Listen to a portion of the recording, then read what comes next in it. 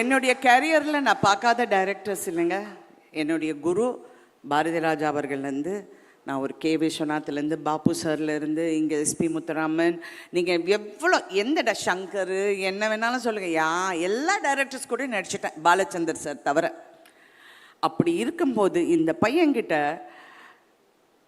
ஏதோ ஒரு ஸ்பார்க், அவன் வந்து ஈஸியாக வெளியே வர மாட்டேங்க இந்த வார்த்தை. அப்போவே நான் நினச்சேன், இவன் ரொம்ப அமுக்கி, இந்த ரொம்ப பேசாமல் இந்த அமுக்கி நிற்கிறவங்களெல்லாம் லேசில் நீங்கள் நம்பாதீங்க. ஏன்னா அவங்களுக்குள்ள ஒரு ஃபயர் இருக்குது. தயவு செஞ்சு நான் பாலிடிக்ஸ் பேசுகிறேன்னு நினைக்காது. என் கணவர் போகும்போது என் கண்ணத்தை கிள்ளி வாயை கொஞ்சம் அடக்கி பேசுன்னு சொல்லிட்டு போயிட்டாரு. நான் சொல்கிறது வந்து அவரை பற்றி, சிவகுமார் முருகேசனை பற்றி. கரெக்டாக எஸ்கே?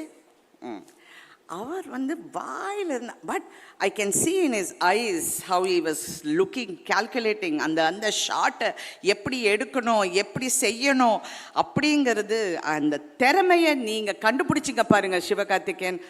ஃபேண்டாஸ்டிக். அதே மாதிரி அந்த எஸ்கே, அதாவது சிவகுமாரும் ஒரு டேலண்ட்டோ என்கிட்ட வினீஷ் பற்றி சொல்ல போகுது. மேடம் நீங்கள் அவரை நம்புங்க, சிறப்பாக பண்ணுவார்னு என்கிட்ட வந்து சொல்கிறாரு. நான் அப்படி பார்க்குறேன். ஏன்னா நாங்கள் பாம்பே, லாஸ் ஏஞ்சலஸ் இதெல்லாம் பேசிகிட்டு இருக்கும் போது, அவங்களுக்கெல்லாம் தாய்க்கிழவி எப்படியா தெரியும், நம்ம ஊர் தாய்க்கிழவி நம்ம. அப்போ சொல்கிறோம், வினீஷ் மேடம் நீங்கள் ஒரு வாட்டி ட்ரை பண்ணுங்கள் மேடம். அந்த sincere attempt to recognise talent ஒரு டைரக்டர் கிட்ட இருக்குன்னா, தட் மீன்ஸ் இது உங்கள் முதல் அடி.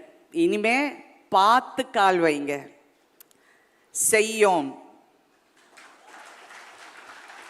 பார்த்து கால் வைங்க. சினிமாங்கிறது வந்து லக்கில் வந்துடும், ஆனால் தக்க வைக்கிறது வெறும் டேலண்ட் மட்டும்தான். அதை நான் நம்புகிறேன். சில டைம் நம்ம நினைப்போம், சிவா நான் உனக்காக தான் இந்த படம் ஒத்துக்கிட்டேன், உன் மூஞ்சியை பார்க்க எனக்கு பரிதாபமாக இருக்குது. வந்தாங்க நிற்பா, மேடம் எப்படியாவது இந்த கதை பண்ணுங்க மேடம் ப்ளீஸ் மேடம்னு. பயா அப்படிப்பேன். நான் எல்லாம் பண்ண மாட்டேன். கேள்வி என்ன கேள்வி விஷயம், ஏதோ சித்தி கித்தி பாஞ்சாலின்னு கூப்பிட்றாங்க, இப்போ தாய் கிழவின்னு கூப்பிடுவாங்க, அதெல்லாம் பண்ண மாட்டேன். அப்படி எனக்கு இருக்கிற இந்த லோலாக இருக்கேன் ரொம்ப ஓவர். பட் இருந்தால் கூட அவ்வளோ பொறுமையாக. ஆனால் என்னை அப்படியே பார்த்துக்கிட்டு இருப்பா போல். இல்லை மேடம் இது ஒன்றும் இல்லை மேடம், இட்ஸ் ஓகே, அப்படி தான் மேடம் எல்லாம் ஓகே, அப்படியே சொல்லி வேலை வாங்கினார் சிவா. ஐ மீன் இன்னொரு சிவா, வெரி குட் சிவா. நீங்கள் வந்து அந்த உங்களுடைய ஒவ்வொரு டெக்னீஷியனும், ஒரு மியூசிக்லேருந்து உங்கள் கேமராமேன் எப்படி ஒர்க் பண்ணாருங்கிறது நான் பார்த்தேன். ரியலி உங்கள் அசிஸ்டன்ட்ஸ் எப்படி ஒர்க் பண்ணாங்கங்கிறது நான் பார்த்தேன். நானும் எவ்வளோ படம் பார்த்துட்டேன். பட் இதுதான் உழைப்புங்க.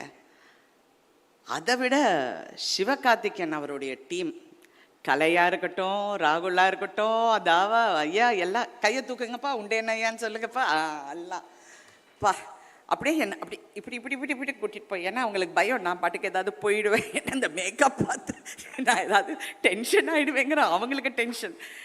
பட் ஓகே, இதெல்லாம் படத்தை பற்றி, படத்தோட கதையை பற்றி நான் சொன்னேன். இது ஒரு ஃபீமேல், ஒரு ஹீரோ பண்ண வேண்டிய கதை நான் பண்ணிட்டேன்.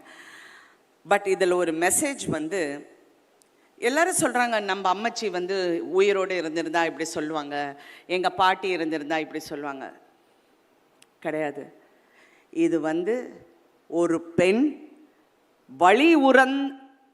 வலியை வந்து உணர்ந்த ஒரு பெண் சொல்கிற கதை இது, சொல்கிற மெசேஜ் இது. ஒரு தாயா சொல்கிற மெசேஜ் இது.